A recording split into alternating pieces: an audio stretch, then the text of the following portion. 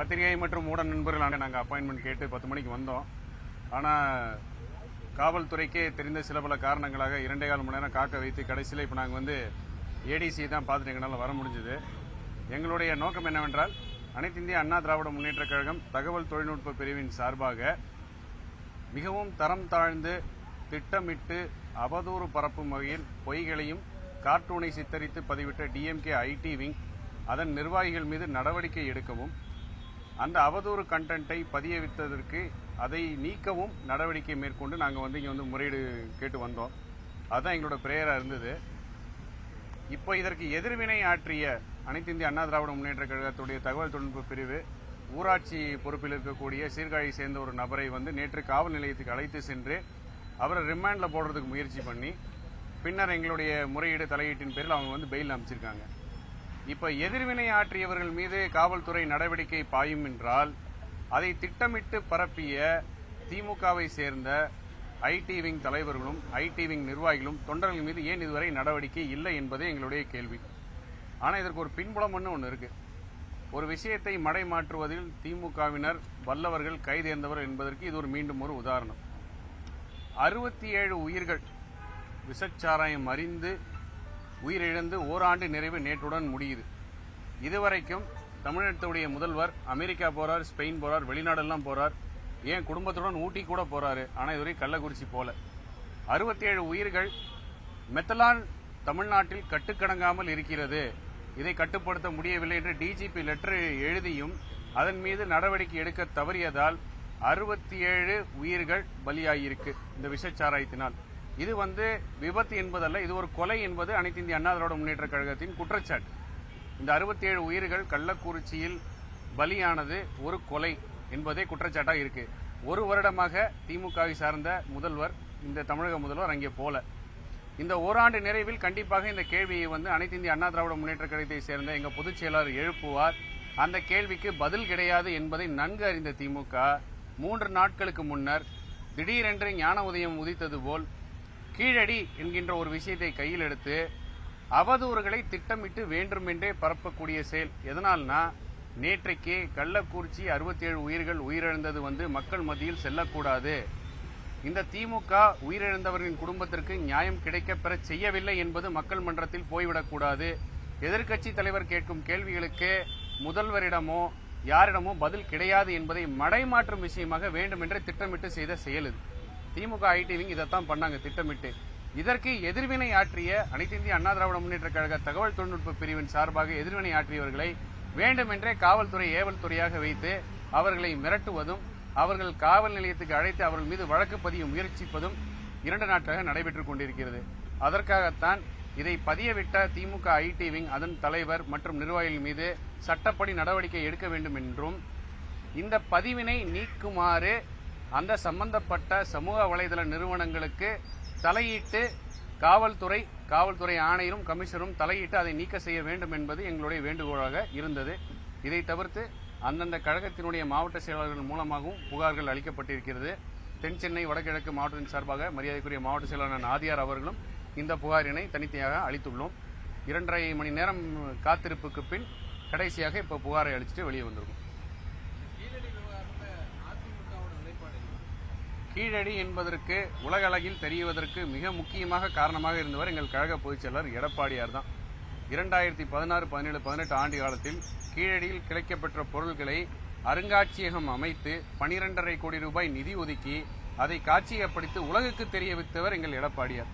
அதன் மேற்கொண்டு கொரோனா வந்ததனால் அது சில பணிகள் முடிவராமல் இருந்தது. இந்த ஆட்சி காலத்துக்கு வந்து 4 ஆண்டுகள் கீழடி என்று பெருமை பேசிக் கொண்டிருக்கும் திமுக அதை தாண்டி என்ன செய்தார்கள் என்பது பொதுவெளியில் இதுவரை இல்லை. திமுகவின் குற்றச்சாட்டு கீழடி என்பது நம்ம பண்டைய நாகரிகத்தின் வெளிப்பாடு, இதை ஆவணமாக நாங்கள் தந்துள்ளோம் என்பது பொதுவெளியில் இல்லை. அது வெறும் ஒரு ஸ்டேட்மெண்டாக தான் இருக்கு. மத்திய அரசு என்ன கேள்வி கேட்டது என்பதும் பொதுவெளியில் இல்லை. இப்படி பொதுவெளியில் மக்கள் மன்றத்தில் எந்த தரவுகளையும் தராமல் வெறும் வெத்து அரசியல் செய்வது. கள்ளக்குறிச்சி ஓராண்டு நிறைவு பெற்றது. 67 உயிர்கள் இந்த கையாலாகாத ஆட்சியினால் 67 உயிர்கள் பலியானது மட்டுமல்ல, அது ஒரு கொலை, அது ஒரு படுகொலை என்பது எங்களுடைய குற்றச்சாட்டு. அதற்கு பதில் தர இயலாமல் தான் இப்பொழுது கீழடி என்று குரல் கொடுத்துக் கொண்டிருக்கிறார்கள். வரலாறு சொல்லும் தமிழர்களின் பெருமை தமிழர்களின் உரிமை, தமிழரின் வரலாறு என்று அதற்கு ஒரு சோதனை என்று வந்தால் முதலில் களத்தில் நின்று குரல் கொடுக்கும் இயக்கம் அனைத்து இந்திய அண்ணா திராவிட முன்னேற்ற கழகம். மத்திய அரசு எங்க சொல்லித்துங்கிற ஆவணத்தை மட்டும் யாராவது காமிக்க முடிஞ்சா காமிங்க. இல்ல, நான் கேட்பது ஆவணம். பிரஸ் மீட்ல அமைச்சர் சொல்றாரு, நாங்க கொடுத்தோம் முதல்வர் சொல்றாரு. நாங்கள் தரவுகள் கேட்டு தரவுகள் கிடைக்க பெறவில்லை அப்படின்னு கேட்டது அவர் வந்து பதில். மத்திய அரசு கேட்ட கேள்விக்கு கொடுத்த பதில். நாங்கள் கேட்பது நாங்கள் குற்றச்சாட்டை வந்து அதிமுக இரட்டை நிலைப்பாடு எடுக்குது இந்த விவகாரத்துல. மத்திய அமைச்சர் சொல்றதை கண்டிக்க மாட்டேங்கிறாங்க. இது மாதிரி ஆவணங்கள் ஆதாரங்கள் சொல்லி மடைமாற்ற பாக்குறாங்கிற மாதிரி திமுக குற்றச்சாட்டு. இதே கேள்விதான் திமுகவிடம் நாங்கள் கேட்பது. நீங்கள் ஆவணம் தந்து விட்டீர்கள் என்றால் அது என்ன என்று பொதுவெளியில் ஏன் வெளியிடவில்லை இதுவரைக்கும்?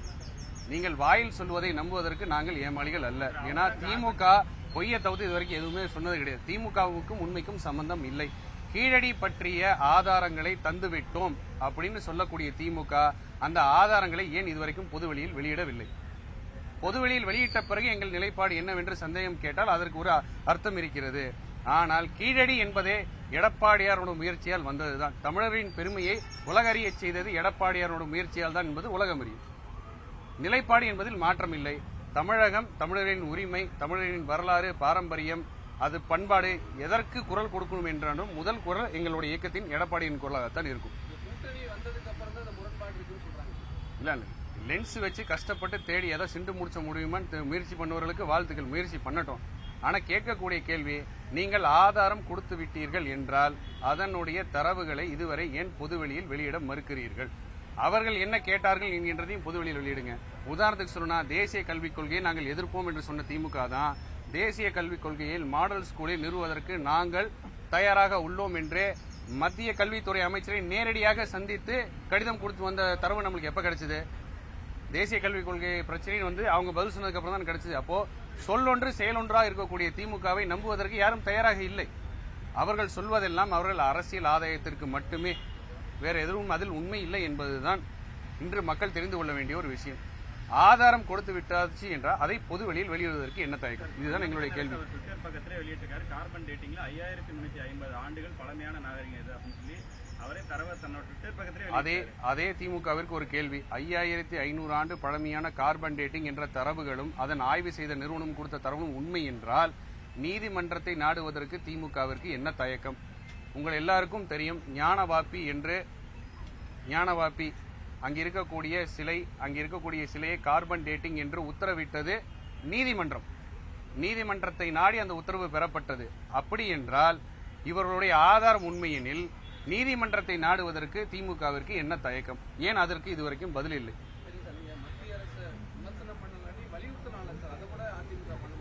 மத்திய அரசு கேள்வியை என்ன கேட்டார்கள் என்கின்ற எழுத்துப்பூர்வமான தரவுகளை வெளியிடுங்கள் என்று சொல்றோம். நீங்க கொடுத்த பதிலை மதிப்பு பொதுமக்களிடம் வெளியிடுங்கள், பொது வெளியில் வைங்கிறோம். இதற்கு மேல என்ன சொல்ல முடியும்? ஒருவர் இருவர் இதை சொன்னார் அதை சொன்னார் என்று யூகங்களின் அடிப்படையில் எப்படி ஒரு நிலைப்பாடு எடுக்க முடியும்? கலாச்சாரங்களை மோடி பாராட்டும் போது கீழடிங்கிற தமிழக கலாச்சாரத்தை வந்து அவருடைய ட்விட்டர் பக்கத்திலேயோ இல்ல பொது வழியிலேயோ இதுவரை பாராட்டலைங்கிற குற்றச்சாட்டு இந்த குற்றச்சாட்டு வச்சுக்கு மோடி தானே பதில் சொல்லணும். இங்கே அனைத்து இந்திய அண்ணா திராவிட முன்னேற்ற கழகத்தின் நிலைப்பாடு தமிழர்களின் உரிமை, தமிழரின் கலாச்சாரம், பண்பாடு என்பதற்கு முதலில் குரல் கொடுக்க இயக்கம் அனைத்து இந்திய அண்ணா திராவிட முன்னேற்ற கழகம். கீழடியை பொறுத்த வரைக்கும் வெறும் வெத்து அறிக்கையா கொடுக்காம அதை செயல்பாட்டில் காட்டியவர் எங்கள் பொதுச் செயலாளர் எடப்பாடியார். 2.5 கோடி நிதி ஒதுக்கீடு செய்து அருங்காட்சியகம் அமைத்து கீழடியில் கிடைக்கப்பெற்ற பொருள்களை தரவுகள் சான்றுகளோடு அதை வந்து காட்சி பொருளாக வச்சிருக்கோம். இது நாங்க செயல்ல காமிச்சிருக்கோம் எடப்பாடியார். திமுக மாதிரி வெறும் வெத்து அறிக்கை வாயிலேயே நாங்க வந்து வட சுடல. இதுதான் உண்மை. தரவுகளை பொதுவெளியில் வெளியிட்டு மக்கள் மன்றத்தில் வைப்பதற்கு என்ன தயக்கம் திமுகவிற்கு என்பதுதான் எங்களுடைய கேள்வி.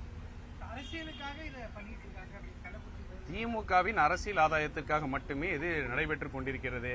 அதை மடைமாற்றும் விஷயமாக இந்த கள்ளக்குறிச்சி விஷயத்தை 67 உயிர்களை நடவடிக்கை எடுக்காமல் கொன்று குவித்த திமுக மடைமாற்றும் விஷயமாக இந்த கீழடியை கையில் எடுத்து எங்களுடைய பொதுச் செயலர் வேண்டுமென்றே தரம் தாழ்த்தி திட்டமிட்டு பொதுவெளியில் சித்தரித்து வெளியிட்டுள்ளனர்.